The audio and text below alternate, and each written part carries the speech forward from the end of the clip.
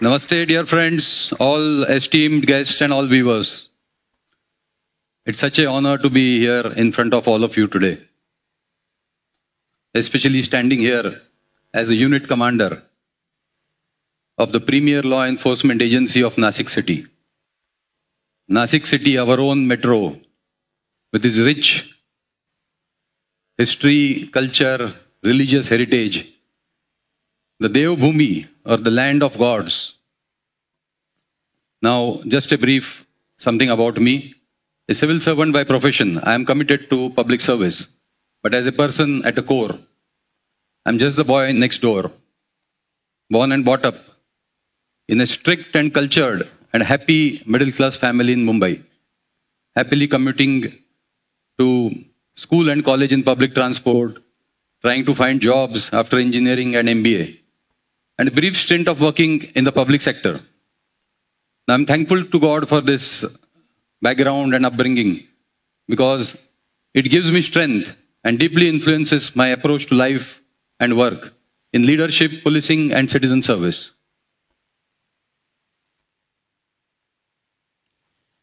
Now, coming back to the topic, as I speak to you, it feels only natural that we draw parallels from our history and culture, the foundations on which we have been brought up, and what has shaped us all.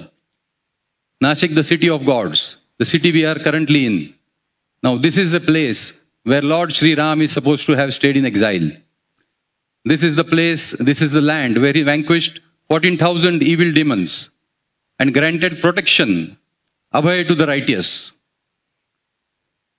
Now, just to remind you, the Breed Vakya or the motto of Maharashtra Police is Sad Rakshanaya Khal Nigaranaya. That means protect the good and eliminate the evil. Now, if there were evil demons to be slayed at that time, what does that imply? It implies that there was crime and criminals even then. Nasik, this very soil which had witnessed the battle between the good and evil, it continues to grapple with the problems of crime and the modern challenges to policing like all the other cities of the world. Now, fast forward to the present day. The Indian police and the Indian administration was a colonial legacy. It was founded by the British to rule the Indian natives. So the DNA of policing of this country was structured to enforce compliance and not to inspire trust. Even after independence, this rigid mindset has persisted in one way or the other. Now, this is the modern day Indian police. We have been reminded time and again to shift towards a service-oriented approach by our great leaders. Now, to start with, the architect of our country's constitution. You know, there's a famous quote, a great man is different from an eminent one, in the sense that the great man is ready to become the servant of the society.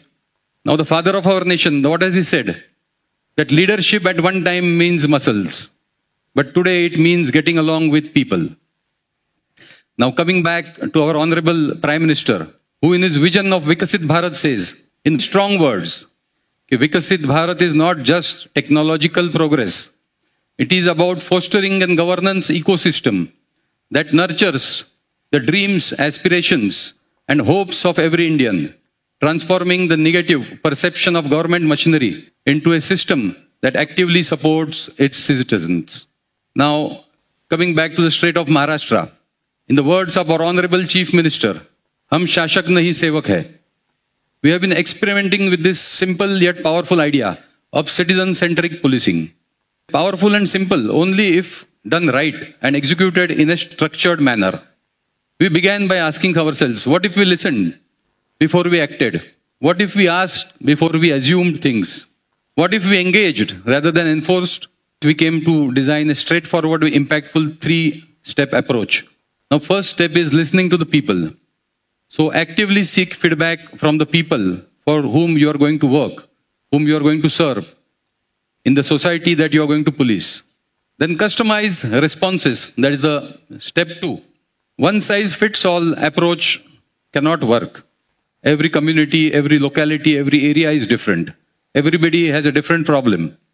And we have to tailor make our strategies and policing responses to the needs of the community and the locality. Now, step 3, act and inform. Whatever feedback the people give you, you have to act on it. What actions you have taken, you have to inform the public, and you have to seek further feedback from them. Are we on the right track? Is your feedback gone properly into our policing strategies? If yes, please let us know. If no, please advise us for further improvements. Now, saying this all is very easy, but how to actually put it into action? Now, to put this philosophy into action, we leveraged the power of technology, the power of social media, especially the messenger tools that are today available and an integral part of people's lives with huge reach. And also they help us document things very easily and with minimum manual interventions. We launched a single point contact number, a feedback number of the unit commander, that is me. And we asked the citizens that you can directly contact the unit commander and give your feedback. Citizens can reach us by messages. Most importantly, we had both technology and systems in place. If we get 500 messages, if we get 10,000 messages, we can categorize them, we can send them further for action, and we can monitor to the end what action has been taken. Now we ask the citizens simple questions. How can we serve you better? What changes you need? What improvements you need to do in the policing in your area? What are your biggest concerns about policing? To our sisters and our mothers, we asked, do you feel unsafe any time, any place in this city? Do you want to flag off some spots where nuisance makers, miscreants, what we call Nasik lingo, tawalkhor?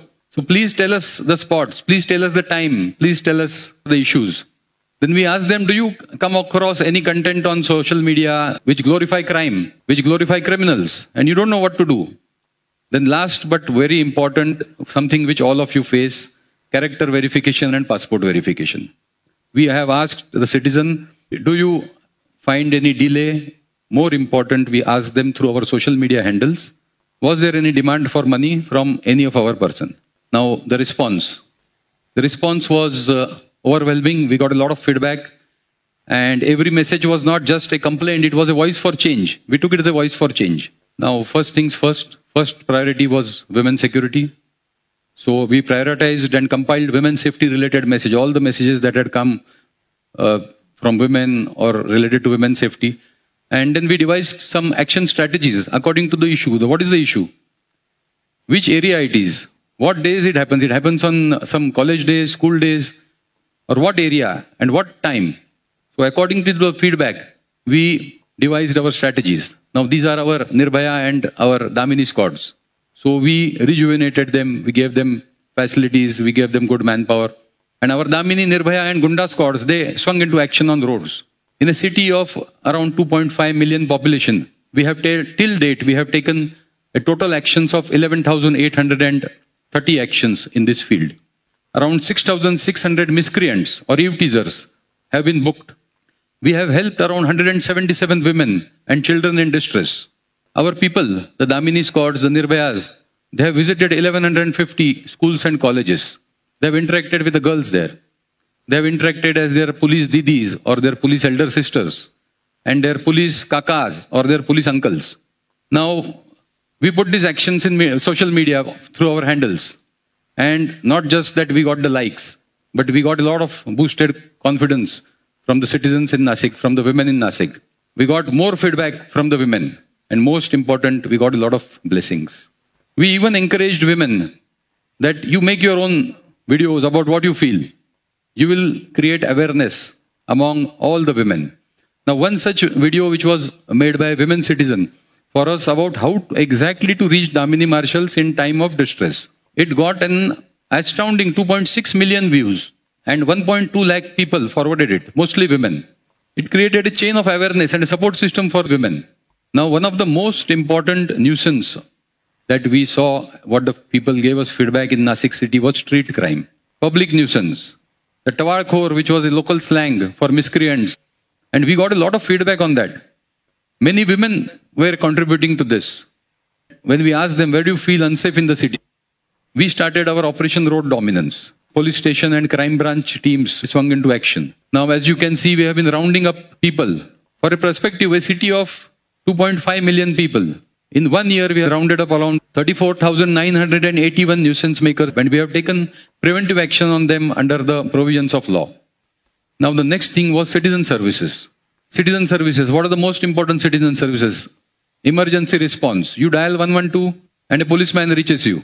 Then passport verification, character verification. Most of the population have very little interface with the police except for passport. We all take out our passports. We all need character verifications for various purposes. So that has to be a very good process.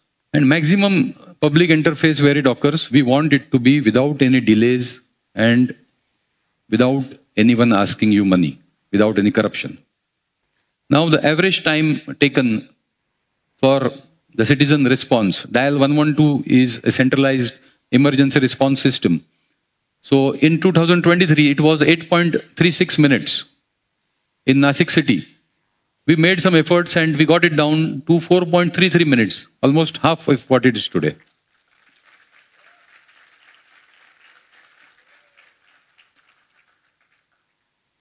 Next comes something which is very important. We streamlined some of our own inefficiencies. Inefficiencies are everywhere. We eliminated some delays. We eliminated some corruption in the verification process. And openly we ask the citizens through our social media handles, in your passport or character verification, is there any delay? Has anyone from our end been asking you illegal gratification? Have there been any corrupt practices? Is there any cash demanded by our staff? We got some feedback on that, but because of our efforts, the passport verification, which was before 15 days, has come down to 8 days now. The character verification, the character certificates which we give, before it was 16 days, today it has come down to 7 days. Now, one very important aspect of today's life. Today's social psychology is dominated by the cyber world, what is happening in the cyber world, what is happening with social media. And there are many criminals who just want to show off or for their own creating dominance in the field. They take to social media, flaunting their weapons or make some reels, some videos. They create an atmosphere of fear. And many times they influence young minds by glorifying this type of criminal behavior and lure them into delinquent behavior and a future in crime. So we started this initiative of cyber patrolling and cyber policing. So we asked all the citizens in our cyber patrolling initiative to flag such content. Tell us what you have seen. Have you seen anything like that? From our social media lab, we also track such content, but citizens are free to tell us. And the response was overwhelming. In just 1 year, we have took down the reels, which had almost 27.6 million views and 1.3 million likes. They were reported by the citizens and we have taken them down. Now, let's see what these figures. They are just not numbers. They represent millions of people who are subconsciously or consciously getting influenced by the glamorization of crime. And a percentage of it, if it is unchecked, that's a small percentage or a big percentage, we don't know. They will go on a path of crime and negatively impact our cities, something which is a birthplace of future crime. So we didn't just remove the harmful content. We have disrupted the pipeline of impressionable minds being conditioned into criminality. Now, these are just a few of the points, but this is the power of resonance between citizens and public institutions, what we can together, what we can achieve. And this is how communities, when they're empowered, become the most effective force in shaping a safe society. But this is just a few initial steps, baby steps. They signal a shift towards resonance-based governance. The power of resonance between citizens and the public institution. And this is not just about Nasik. This is the future of policing. This is the future of governance. The age of authoritarian policing, the photo that you saw, the British Raj policing is over. The age of participatory and citizen-driven policing has begun. We have to evolve. The citizens have to participate. The institutions have to resonate with them. We all have to evolve. We must listen. We must resonate with the people whom we serve. Not just for policing, but for every sphere of governance in our nation, for every institution. Because when institutions and citizens resonate, the nation rises. Now, as civil servants, what is our duty? We have to seamlessly capture your feedback. And we have to monitor that feedback and make our systems work in resonance by establishing some very crystal clear processes.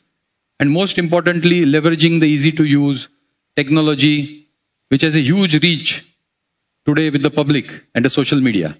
Now, I stand before you not just as a unit commander of a law enforcement unit, but as a firm believer in this idea that we are public servants. And we are here and we are meant to serve the people and the nation. I will quote the words of an historical personality. In the words of the great Hiroji Indulkar, who served under the legendary King Chhatrapati Shivaji Maharaj. He had his expertise in building forts. Now, because of his crucial role in making these forts, Maratha Empire became impregnable to the enemies. Now, Hiroji Indulkar has his quote carved on a step in the Raigad fort. He says, Sevecha Tait Tatpar.